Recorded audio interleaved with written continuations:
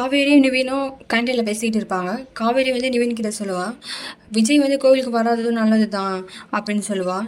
நிவின் அதுக்கு கேட்பான், இல்லை அவன் வந்திருக்கணும் அப்படின்னு சொல்லிட்டு சொல்லுவான். இல்லை அவன் வந்திருந்தான், அவன் வராமல் இருக்கிறதுனால தான் இப்போ வந்து வெண்ணிலாவா இல்லை காவேரியாக முடிவெடுக்க முடியும் இப்போ அவன் அப்படின்னு சொல்லிட்டு நிவின் கிட்ட சொல்லிக்கிட்டு இருப்பான். அதுக்கு நிவின் சொல்லுவான், இப்போ நீ மட்டும் இருந்தால் பரவாயில்ல, இப்போ நீ ப்ரெக்னெண்ட்டாக இருக்க, உன் குழந்தைக்கு வந்து விஜய் தேவை அப்படின்னு நிவின் சொல்லுவான். காவேரி வந்து இல்லை விஜய் இல்லைனாலும் என் குழந்தைய என்னால் தனியாக வளர்க்க முடியும், இப்போ வந்து விஜய் வந்து முடிவு எடுக்கணும், காவேரியா இல்லை வெண்ணிலாவான்னு அப்படின்னு சொல்லி நிவின் கிட்ட சொல்லுவாள். காவேரி வந்து விஜய் பற்றி சொல்லிக்கிட்டு இருப்பான். வெண்ணிலா அவர் ரொம்ப லவ் பண்ணார், அவர் போயிட்டு அவர் செத்துட்டான்னு நினச்சிட்டு அவர் சிரிப்பையே தொலைச்சிட்டு இருந்தார். இப்போ தான் நார்மல் லைஃப்க்கு வந்திருக்காரு. இப்போ வெண்ணிலாக்கு எல்லாம் பழசெல்லாம் ஞாபகம் வந்துச்சு, இப்போ அவர் தான் எல்லாத்தையும் எடுத்து சொல்லி புரிய வைக்கணும் அப்படின்னு சொல்லிட்டு நிவின் கிட்ட சொல்லிட்டு இருப்பான். நிவின் வந்து சொல்லுவான், இது தேவையில்லாத ஈகோ, இது ஈகோலாம் இல்லை, அவர் தான் முடிவு எடுக்கணும், வெண்ணிலாவா இல்லை காவேரியான்னு சொல்லிட்டு விஜய் தான் முடிவு எடுக்கணும் அப்படின்னு சொல்லிட்டு நிவின் கிட்ட சொல்லிக்கிட்டு இருப்பாங்க. வெண்ணிலா வந்து விஜய்க்காக அவள் அப்பா அம்மாவே இழந்திருக்கா, இதெல்லாம் அவள் கண்டிப்பாக சொல்லுவாள். இதனால் விஜய் அசைஞ்சு பார்க்க கொஞ்சம் வாய்ப்பு இருக்குது. ஆனால் இதெல்லாம் தாண்டி அவர் காவேரி தான் முக்கியம்னு சொல்லிட்டு அவர் சொல்லணும் அப்படின்னு சொல்லி நிவின் கிட்ட சொல்லிக்கிட்டே இருப்பான். அப்போது நிவின் கிட்ட வந்து சொல்லும் போது, என் அப்பா இருக்கும்போது எனக்கு எந்த கவலையும் இல்லாமல் இருந்துச்சு, என் வீட்டில் நான் சொல்கிறத கேட்பாங்க, ஆனால் இப்போ எங்கள் அப்பா இல்லாதப்போ எங்கள் அம்மா தான் எல்லா முடிவு எடுக்கிறாங்க, அவங்க என்னை ரொம்ப நல்லா தான் பார்த்துக்கிறாங்க, ஆனால் எனக்கு எது சந்தோஷமோ சொல்லிட்டு அவங்க ஏற்றுக்கவே மாட்டேன்றாங்க, அவங்க என்ன முடிவு எடுக்காங்களோ அதை தான் நான் மதிக்கணும்னு நினைக்கிறாங்க, ஏதாவது எதிர்த்து பேசுனா என்னையே எதிர்த்து பேசுன்னு சொல்லிட்டு என்னை திட்டுறாங்க அப்படின்னு சொல்லிட்டு விஜய் கிட்ட நிவின் கிட்ட ஃபீல் பண்ணி பேசிக்கிட்டு இருப்பான்.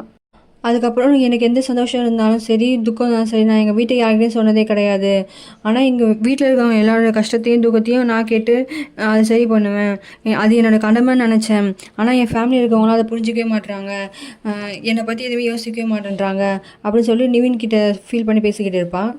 எங்கள் அப்பா இருக்கும்போது எனக்குன்னு நான் என்ன சொன்னாலும் கேட்பாரு, எங்கள் அம்மா நினச்சிட்ருக்காங்க நான் அவங்க சொல்கிறத கேட்காம இருந்ததுனால தான் நான் என் வாழ்க்கையை தொலைச்சிட்டு இருக்கேன் அப்படின்னு சொல்லிட்டு அவங்க நினச்சிட்டு இருக்காங்க.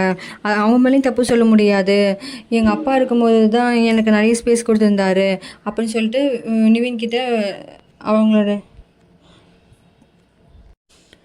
காவேரி வந்து நிவின் கிட்ட சொல்லிட்டு இருப்பாங்க. நானும் விஜயும் வாழ்ந்தது சந்தோஷமாக வாழ்ந்தது கொஞ்ச நாள் தான், ஆனால் அந்த கொஞ்ச நாளில் நான் ரொம்ப சந்தோஷமாக இருந்தேன், அதிகமான லவ் இருந்துச்சு, அது நடையால் தான் இந்த குழந்தை, நான் இந்த குழந்தைய ரொம்ப நல்லா பத்திரமா பார்த்துப்பேன் அப்படின்னு சொல்லிட்டு நிவின் கிட்ட சொல்லிக்கிட்டு இருப்பான். அதுக்கப்புறம் காவேரி சொல்லுவாள், சரி எனக்கு இதெல்லாம் ஏன் என்கிட்ட இதெல்லாம் உங்ககிட்ட சொல்லணும்னு தோணுச்சு, அதான் சொன்னேன், இப்போ எனக்கு கொஞ்சம் ரிலாக்ஸாக இருக்குது, சரி நம்ம வீட்டுக்கு போகலாம் அப்படின்னு சொல்லிட்டு நிவினை கூட்டிக்கிட்டு போவாங்க. 2 பேரும் காரில் போகும்போது காவேரி வந்து சொல்லுவா, இந்த விஷயத்த நீங்கள் யமுனா கிட்டேயோ இல்லை விஜய் கிட்டேயோ சொல்லக்கூடாது, இது என் மூலமாக மட்டும்தான் எல்லாருக்கும் தெரியணும் அப்படின்னு சொல்லுவாள். நிவினும் அதுக்கு சரி நான் யார்கிட்ட சொல்ல மாட்டேன் அப்படின்னு சொல்லுவாள். எதுக்காக நான் இப்படி சொல்கிறேன்னா, யார் மூலயமா தெரிய வந்துச்சுன்னா விஜய் ரொம்ப கஷ்டப்படுவார், நானே சொல்கிறேன் எல்லா விஷயத்தையும் எல்லாருக்கிட்டேயும், நீங்கள் யாருக்கிட்டையும் எதுவும் சொல்லாதீங்க அப்படின்னு சொல்லுவான். நிவினும் ஓகே எனக்கு புரியுது, நான் யாருக்கிட்டையும் என் மூலமாக இந்த விஷயம் எங்கேயும் வெளியே போகாது அப்படின்னு சொல்லிட்டு காவேரி கிட்ட சொல்லுவான். காவேரி வந்து கேட்பா, உங்களுக்கும் யமுனாக்கும் இப்போ எல்லாமே ஓகேவா, ஏன்னா உங்ககிட்ட இப்போ சேஞ்சஸ் தெரியுது, நான் அதை பார்க்குறேன் அப்படின்னு சொல்லுவான்.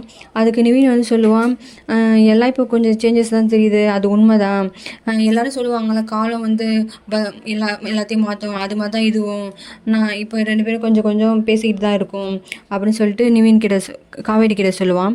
காவேரி வந்து சொல்லுவான், நான் அவங்கள ஃபோர்ஸ் பண்ணி ரொம்ப கல்யாணம் பண்ணி வச்சுட்டோம், அதனால கோவத்தில் என்னுடைய கான்ட்ராக்ட் மேரேஜை பற்றி யமுனா கிட்ட சொன்னீங்களா அப்படின்னு சொல்லிட்டு காவேரி கேட்பா. அதுக்கு நிவின் வந்து கொஞ்சம் அதிர்ச்சி ஆயிடுவான், இவனே இப்படிலாம் கேட்குறான், நம்மளை பற்றி சந்தேகப்படுறாளோ அப்படின்னு சொல்லிட்டு நினைப்பான்.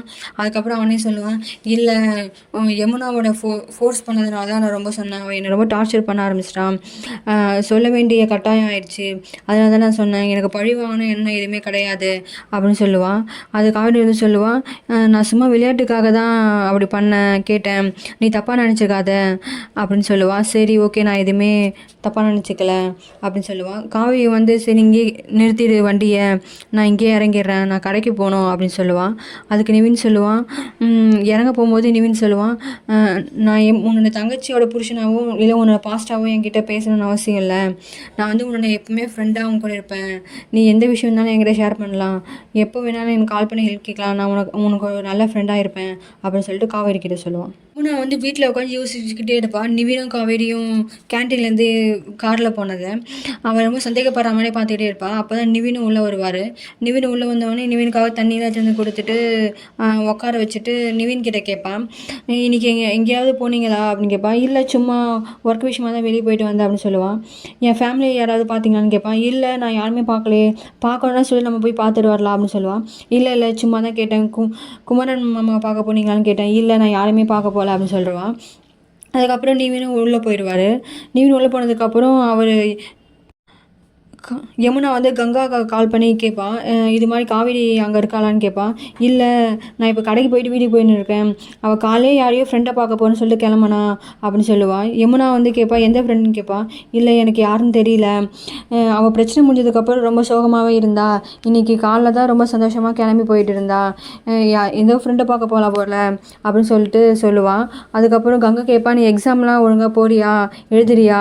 கிளாஸ்லாம் போறியா? இந்த வாட்டி எப்படியாவது பாஸ் பண்ணிடணும்" அப்படின்னு சொல்லுவா. "சரிக்கான்னு" சொல்லிட்டு ஃபோனை கட் பண்ணிருவா.